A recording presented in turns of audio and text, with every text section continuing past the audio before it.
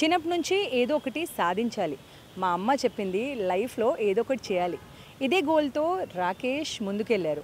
Mister India 2025 title కూడా గెలుచుకున్నారు. So ఇంకా ఈ ట్రైనింగ్ ఎలా జరిగింది, అతని పర్సనల్ లైఫ్ గురించి రాకేష్‌ని అడిగి తెలుసుకుందాం. Hi Rakesh, how are you? చాలా బాగున్నాను మేడం. సో రాకేష్ పుట్టి పెరిగింది ఎక్కడ? అసలు ఈ గోల్ మీ అమ్మ చెప్పారు, ఎప్పుడు చెప్పారు, ట్రైనింగ్ ఎప్పుడు తీసుకున్నారు? నాకు చిన్నప్పటి నుంచి ఒక గోల్ ఉండేమో లైఫ్ ఏదైనా సాధించాలని.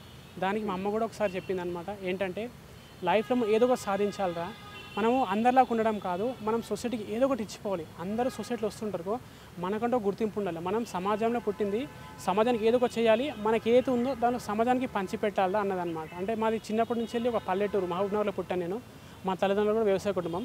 చిన్నప్పటి నుంచి హైదరాబాద్కి వచ్చి ఏదో అంత ఇంత పని చేసుకుంటూ ఇక్కడనే బతుకుతున్నాం.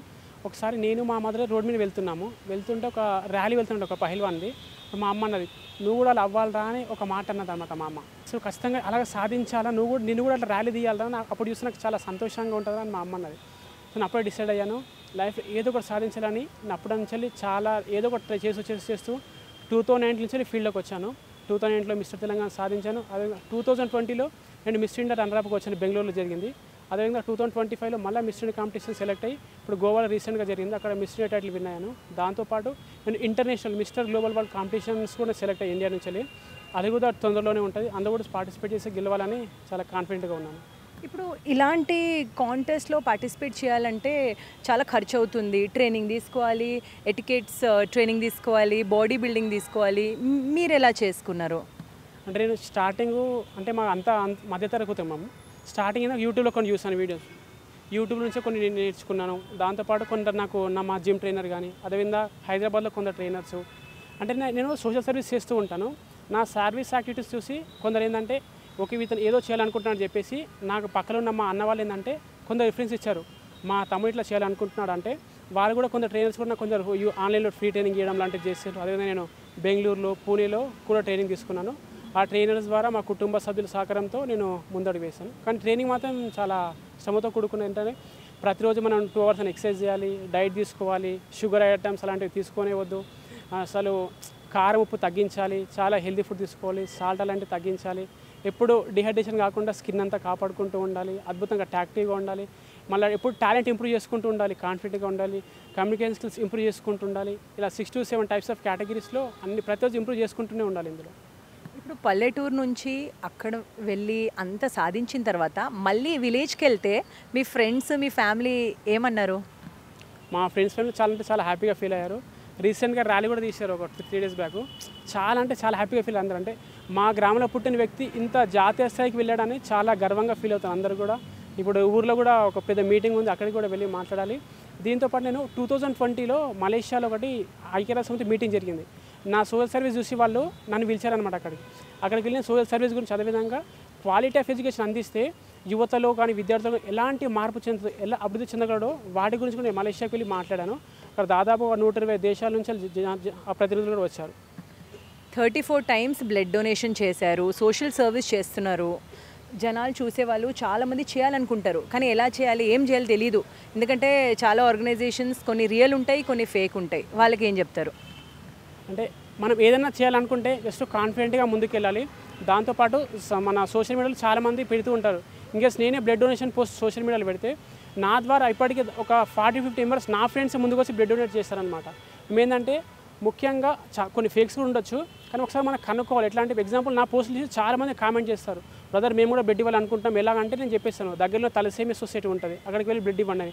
ఇన్కేస్ కొందరు మేము ఫుడ్ డొనేషన్ చేయాలనుకుంటున్నాం అంటారు, మాకు ఫోన్ చేస్తారు మా ఎన్జిఓకి. ఇమీడియట్గా మా దగ్గరలో ఉన్న ఆర్ఫనేజ్ హోమ్ కానీ ఓల్డేజ్ హోమ్ కానీ వాళ్ళకి నెంబర్ ఇచ్చేస్తాము, వాళ్ళే మాట్లాడి అక్కడ ఫుడ్ డొనేషన్ చేస్తారు. అంటే కొన్ని ఫేక్ కూడా ఉండొచ్చు, కానీ మనం జెన్యూన్గా ఉంటే మనకు జెన్యూన్గా దొరుకుతాయి. నెక్స్ట్ మీ గోల్ ఏంటి, ఏం చేయాలనుకుంటున్నారు? నెక్స్ట్ ఏంటంటే మేడం, ఇప్పుడు నా సర్వీస్ ఇలాగే కొనసాగిస్తా. దీంతోపాటు ఏంటంటే నేను సర్వీస్ చేస్తానంటే సమాజంలో మన వల్ల ఏదైనా ఉపయోగం జరగాలని. ఇప్పుడు సర్వీస్ చేస్తున్నాను, దీని ద్వారా కొందరికి తెలుస్తుంది. అంటే ఇప్పుడు నేను మన ఒక పిలిపిస్తే కొందరే వస్తారు సేవ చేయడానికి. అదే నేను ఒక స్టేజ్లో అంటే ఒక యాక్టరే కానీ మూవీ ఇండస్ట్రీకి వెళ్తే నాకంటే కొంచెం పేరు గుర్తింపు ఉంటుంది. ఇప్పుడు ఒక్కరిని పిలిస్తే ఒక 100 మంది అయినా వచ్చి సహాయం చేయడానికి ముందుకు వస్తారు అనమాట. నేను నెక్స్ట్ కూడా ఇన్కేస్ నాకు మూవీ ఇండస్ట్రీలో ఛాన్స్ వస్తే మూవీ ఇండస్ట్రీకి వెళ్ళి ఒక గొప్ప స్థితికి వెళ్ళి సమాజానికి సేవ చేయాలని అనుకుంటున్నాను మేడం. మళ్ళీ యాక్టింగ్ ఏమైనా నేర్చుకుంటున్నారా, క్లాసెస్ తీసుకుంటున్నారా? యాక్టింగ్ క్లాస్ నేర్చుకున్నాను ఒక 2 ఇయర్స్ బ్యాక్. మళ్ళీ ఇప్పుడు ఈ ఫీల్డ్లోకి వచ్చి మళ్ళీ next acting class, dancing class నేర్చుకొని మూవీ ఇండస్ట్రీలో ట్రై చేయాలనుకుంటున్నాను. ఆఫర్స్ వస్తే ఖచ్చితంగా ఒక గ్రేట్ యాక్టర్ అయ్యి మన సమాజంలో నా ఎన్జిఓ సర్వీస్ చేస్తూ ముందుకెళ్తాను. సో యాక్టర్స్లో ఎవరు మీ ఇన్స్పిరేషన్? నా రియల్ లైఫ్ హీరో అయితే మా నాన్న. ఇంకా యాక్టింగ్ పరంగా వస్తే ప్రభాస్ ఎందుకంటే ప్రభాస్ యాక్టింగ్ చేస్తూ ఉంటాడు, దాంతోపాటు సోషల్ సర్వీస్ చేస్తూ ఉంటాడు అనమాట.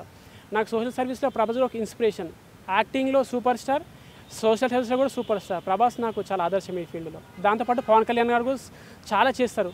పవన్ కళ్యాణ్ మన ప్రభాస్ గారి దగ్గర నుంచి నేను చాలా బాగా నేర్చుకున్నాను. ఎలా సొసైటీకి మనం ఏమి ఇవ్వచ్చో, ఏం నేర్చుకోవాలని చాలా బాగా నేర్చుకున్నాను వాళ్ళిద్దరి దగ్గర నుంచి. ఇలాంటి కాంటెస్ట్లో పార్టిసిపేట్ చేయాలంటే ఇప్పుడు వస్తున్న యంగ్స్టర్స్కి మీరు ఏం చెప్తారు? నేను అందరికీ యూస్ ఒకటి చెప్తాను, మనం ఏదైతే సాధించాలనుకుంటున్నామో జస్ట్ మనకు కావాల్సింది జస్ట్ కాన్ఫిడెన్స్. ఒక కాన్ఫిడెన్స్ ఉంటే మనం ఏదైనా సాధించవచ్చు. కాన్ఫిడెన్స్తో పాటు కృషి, పట్టుదల. ఎప్పుడు కూడా ప్రాక్టీస్ మేక్స్ మ్యాన్ పర్ఫెక్ట్ అంటారు కదా. సో నాకు ఇవాళ రాలేదు, రేపు రాదని మనము కృంగించిపోదు. ఇవాళ కాకుండా రేపు ఎల్లుండి ప్రయత్నం చేస్తూ ఉంటే ఈరోజు కాకుండా రేపు ఏదో ఒక సక్సెస్ సాధిస్తాము. సో యువత అందరూ ఒక్కటి గుర్తుంచుకోవాలి ఏంటంటే, ఎక్కడనో పల్లెటూరులో వ్యక్తి దేశ స్థాయి అంతర్జాతీయ స్థాయిలో కూడా యువని వెళ్ళి మాట్లాడాడంటే నార్మల్గా ప్రతి ఒక్కరు కూడా ఏదో ఒకటి సాధించవచ్చు. వాటికి కావాల్సింది శ్రమ, పట్టుదల, పట్టువీడియోని ఆయుధంలాగా ముందడుగు వేయాలి. Thank you so much, wonderful talking to you. Thank you madam, thank you so much. So చూసారు కదా, దట్ వాస్ రాకేష్. ఆయన ఏమంటున్నారంటే శ్రమ చేస్తూ పట్టుదల ఉంటే డెఫినెట్లీ మీరు కూడా లైఫ్లో ఏదైనా చేయొచ్చు. ఆయన ఒక పల్లెటూరులో పుట్టి పెరిగినా సరే ఈరోజు మిస్టర్ ఇండియా 2025 అయ్యారు. కెమెరామెన్ అలీతో తరుణ, NTV హైదరాబాద్.